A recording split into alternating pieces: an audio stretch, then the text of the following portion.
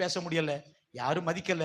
வாழ்க்கை, அவள் வாழ்க்கை ஒரு விதம், எங்கள் வாழ்க்கை ஒரு விதம். அவளும் ஊருக்குள்ள தலை காட்ட முடியல, யாரும் அவளை நேசிக்க ஆள் இல்லை. எங்க வாழ்க்கையில அப்படிதான், நேசிக்க யாரும் இல்லை, அன்பு காட்ட யாரும் இல்லை.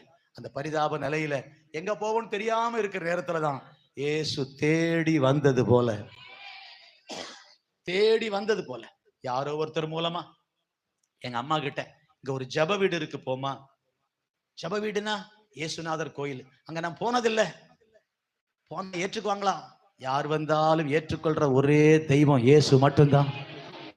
எவரையும் ஒதுக்கி தள்ளாதவர். இப்போ என்று சொன்ன போது எங்க அப்பாவை இழுத்துக்கிட்டு என்ன தூக்கிக்கிட்டு அந்த கோயில்ல போய் இப்படி முழங்கால் படியிட்டு, ஏசப்பா எத்தனையோ சாமி கும்பிட்டுருக்கிறப்பா, எனக்கு எல்லாம் கும்பிட தெரியும், பக்தி, ஸ்நானம், வேதம், மந்திரம், கோயில், குளம் எல்லாமே எனக்கு தெரியும்.